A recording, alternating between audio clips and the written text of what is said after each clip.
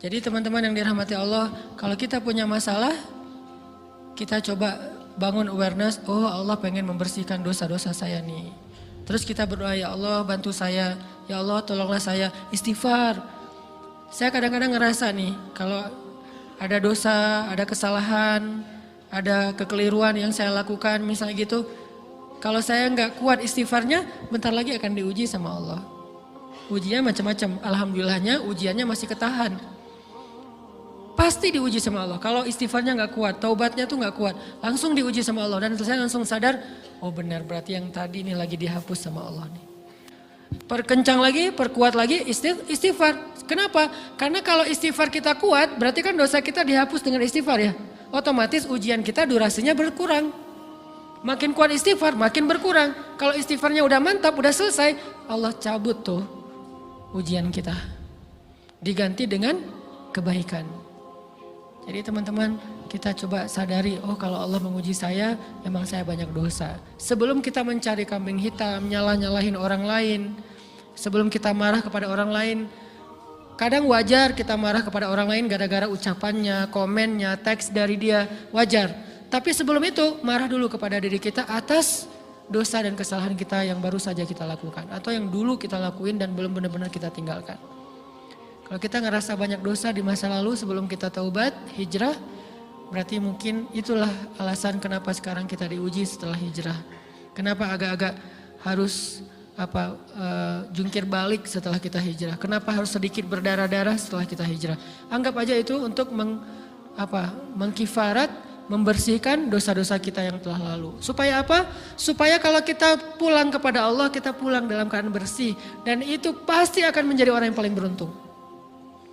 Daripada nanti diberesin di akhirat, mending diberesin di dunia kan.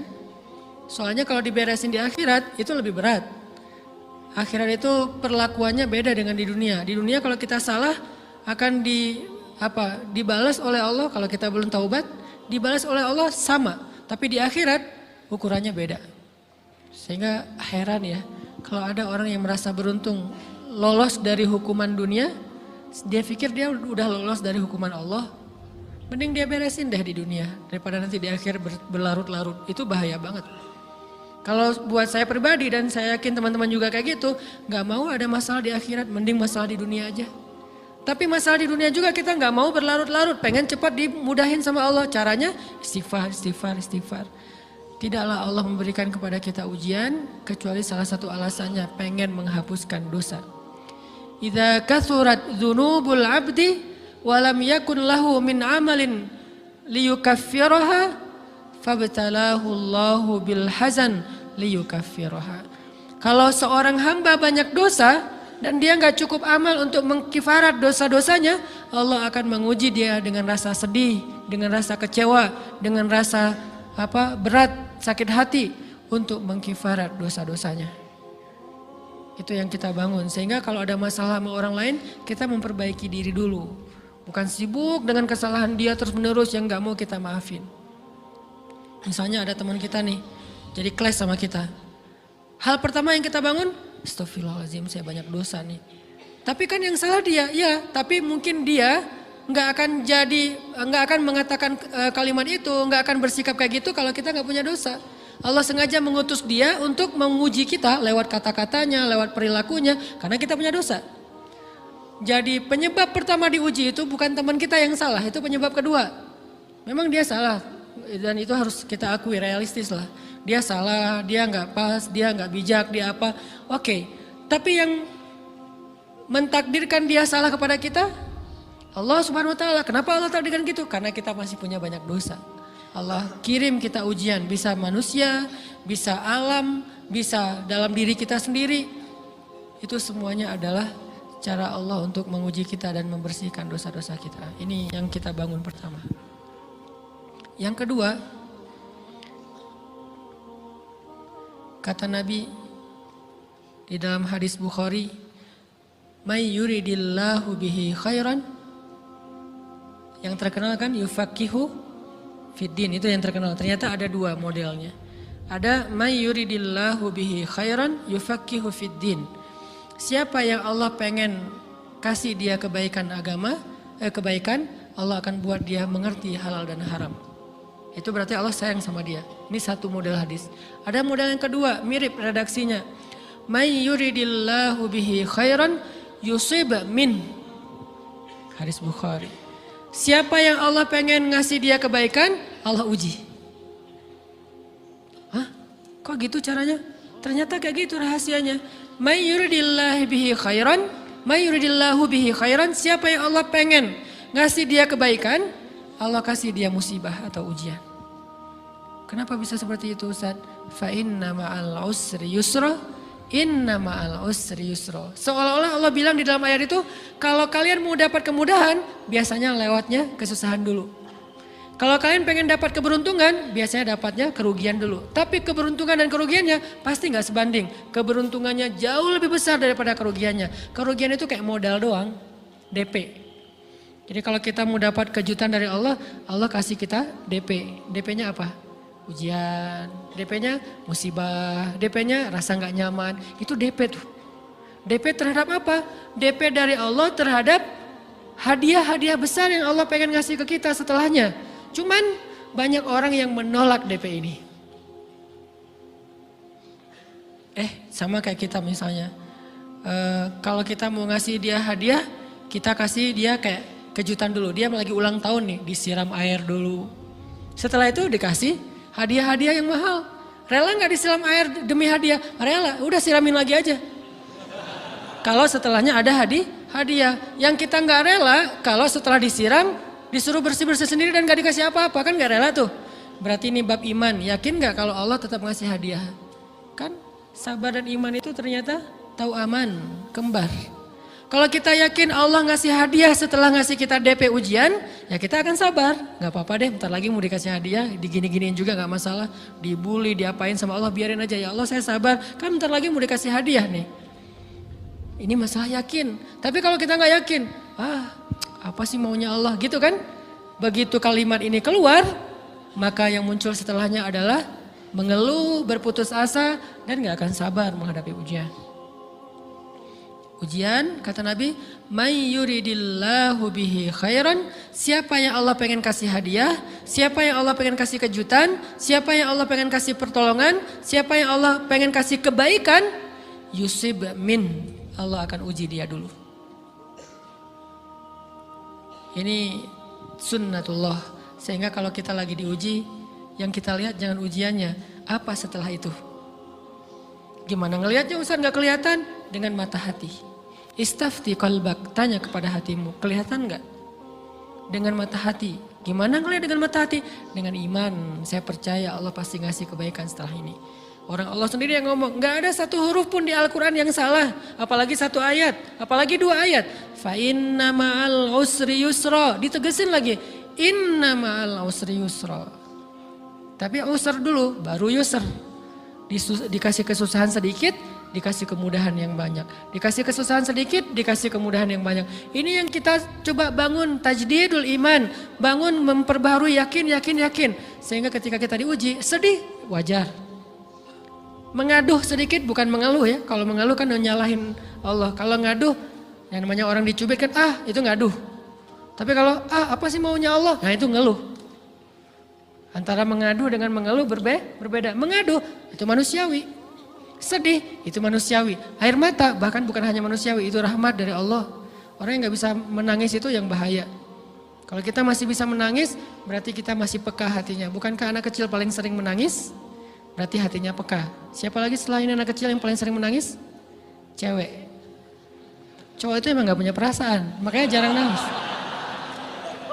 Cewek dikit-dikit nangis, jangan bilang, cemen banget sih nangis, cengeng apa. Enggak, karena dia perasaannya lebih peka dari kita. Itulah kenapa Allah menitipkan bayi kepada perempuan. Kalau dititipin ke laki-laki hancur. Di balik kepekaan perempuan, di balik sensitifnya perempuan, di balik perasaannya yang luar biasa, di situ Allah Subhanahu wa taala menitipkan amanah dia yang paling baik dalam merawat bayinya. Perempuan secara umum mungkin lebih banyak bicara daripada laki-laki ya. Walaupun ada orang yang perempuan pendiam banget, ada yang nggak ngomong sama sekali, misalnya diem-diem aja, ada. Tapi secara umum perempuan lebih banyak berucap daripada laki-laki. Emangnya ini kekurangan? Bukan. Ini kelebihan. kalau dia berikan itu dalam hal yang tepat. Apa yang tepat? Mendidik anak. Justru karena perempuan banyak ngomong, lebih baik dalam mendidik anak daripada laki-laki. Laki-laki itu kurang mendidik, kurang mengedukasi kepada anak dengan usia tertentu karena dia jarang memahamkan. Salah hanya marah, salah hanya ditegur. Kalau ibunya jelasin, nah gini sebelum tidur ibunya yang ceritain banyak cerita. Saya sendiri ngalamin sering mana seorang ayah sama ibu interaksi sama anak dalam bentuk verbal. Sering ibu. Jadi menangis itu rahmat dari Allah. Gak apa-apa, nangis saja. Dan itu tidak disebut mengeluh. Kamu kok nangis? Kan orang Islam harus sabar. Emangnya nangis dengan sabar itu bertolak belakang? Sabar tetap sabar, ya nangis jalan aja terus nangis. Nangis apa pakai nangisnya nggak cuma nangis doang, emotikonnya juga nangis, berderai-derai gitu. Sampai air matanya menggenang gitu kan ya. Boleh lah. Ditambah lagi dengan visual menangisnya posting bahwa dia lagi tertusuk duri dengan postingan kaktus atau apalah. Dia pengen share ke semua orang bahwa saya sedang sedih. Sehingga nanti ketika ada orang yang menghibur dia dengan sedikit kata-kata yang sabar ya segala macam, wah makin berderai-derai. Itu belum jadi, kecuali dia keluarkan kata-kata mengeluh, baru dia disebut orang yang banyak mengeluh, berputus asa. Kalau mengaduh wajar, walaupun ada nabi udah diuji berat gak mau mengaduh, apalagi ngeluh. Zakaria digergaji mengadu aja enggak. Kenapa? Karena kata malaikat kalau kamu mengaduh sedikit aja, maka Allah Subhanahu wa taala akan menghancurkan kaum ini. Dia kasihan kepada kaumnya enggak mau mengaduh. Satu-satunya orang yang kita tidak boleh mengadu hanya orang tua. Atau itu mengeluh kalau untuk orang tua. Kalau yang lain enggak disebut mengeluh. Kalau ke teman, malas enggak apa-apa. Jangan sering-sering tapi. Apaan sih? Ke teman boleh. Tapi ke orang tua, saja itu bukan lagi mengadu, itu sudah mengeluh. Khusus untuk orang tua. Kalau diantara manusia. Kalau kepada Allah dan Rasul, pastinya lebih dari itu. Ketika kita diam saja, tidak langsung beranjak sami'na wa ata'na labbaik ya rabbi wa sa'daik, enggak memenuhi panggilan Allah, itu sudah disebut bagian dari kufur ingkar. Tapi minimal kita mungkin masih mengaduh, kita masih menangis, kita masih lelah, kita masih merasa lemah, setidaknya kita tidak mengeluh. Kenapa? Kita percaya Allah kalau mau ngasih hadiah kepada hambanya, DP-nya itu ujian. Dan yakinlah hadiahnya minimal 10 kali lipat lebih baik daripada ujian itu. Minimal, karena nggak ada amal soleh yang dibalas di bawah 10 kali lipat tuh nggak ada. Amal soleh, amal ya bukan niat. Amal yang udah kita kerjakan minimal dibalas 10 kali lipat. Minimal, maksimalnya bighairi hisab, tanpa batas. Bighairi hisab, tanpa batas. Ada yang 700 kali lipat kayak sedekah. Tapi tetap aja ayat sedekah di akhirnya ujung-ujungnya apa? Bighairi hisab juga kan? Berarti sedekah itu minimal dibalas 700 kali lipat. Minimal. Kalau kita yakin. Selalu syaratnya kalau kita yakin. Dan saya ngebuktiin itu banget. Saya pernah ngalamin lagi jalan-jalan di sebuah kota yang ada becak kayuhnya, becak sepeda gitu ya. Jalan terus saya bilang, Pak berapa ongkosnya? 20.000. Udah naik aja 20.000. Karena kita keliling-keliling kota, ternyata saya jadi kasihan sama dia 20.000. Kasihan kan 20.000 dibayar keliling kota, walaupun pas mampir beberapa tempat mungkin dia dapat tips ya. Tapi saya nggak tega gitu, dia cerita tentang anaknya lagi sekolah, apa segala macam, makin bikin baper kan. Pas selesai, saya kasih dia 100.000. Dari 20.000 dikasih 100.000 karena kasihan. Dan saya yakin, nggak mungkin sedekah itu sia-sia. Kan Nabi bersumpah kan, demi zat yang jiwaku di dalam genggamannya, tidak berkurang harta karena sedekah. Demi Allah kata Nabi, nggak berkurang harta karena sedekah. Berkurang harta karena belanja? Ya. Berkurang harta karena pacaran? Banget. Modal banget kan? Apalagi buat cowok. Tapi berkurang harta karena sedekah? Gak mungkin kata Nabi. Demi Allah gak berkurang harta karena sedekah. Berkurang harta karena istri? Enggak. Karena memberi kepada istri itu pahalanya lebih gede daripada sedekah. Makanya ngemodalin pacaran setelah nikah itu tumbuh berkah. Modal pacaran sebelum nikah itu hapes. Jadi kalau pengen modal nih, ngemodalin cewek, traktir, ngapa-ngapain, bayarin, jangan sebelum nikah. Sebelum nikah jadi orang pelit aja, nggak apa-apa. Tapi setelah nikah, jor-joran ngasih, apalagi yang, bayarin semuanya. Kenapa? Pahalanya lebih gede daripada sedekah. Bahkan lebih gede daripada infak fi sabilillah. Seorang suami memberi nafkah istri, itu pahalanya terkadang lebih besar daripada kita berinfak untuk fi sabilillah, untuk korban perang. Saya heran kalau ada orang sedekahnya rajin tapi ke istrinya kikir, aneh, berarti dia nggak ngerti konsep. Padahal memberi kepada istri itu sebenarnya nggak pernah sih. 100 ribu deh, karena kan kecil, saya kasih 100 ribu. Ternyata begitu saya kasih 100 ribu, dia doa. Nah ini nih pentingnya sedekah ke orang yang membutuhkan tapi nggak minta-minta, dia tulus. Dia langsung doa, ya Allah Pak mudah-mudahan rezekinya lancar, berkah, bertambah dan segala macam, bahagia keluarganya. Doa-doa ini semuanya dikabulkan dalam hitungan hari.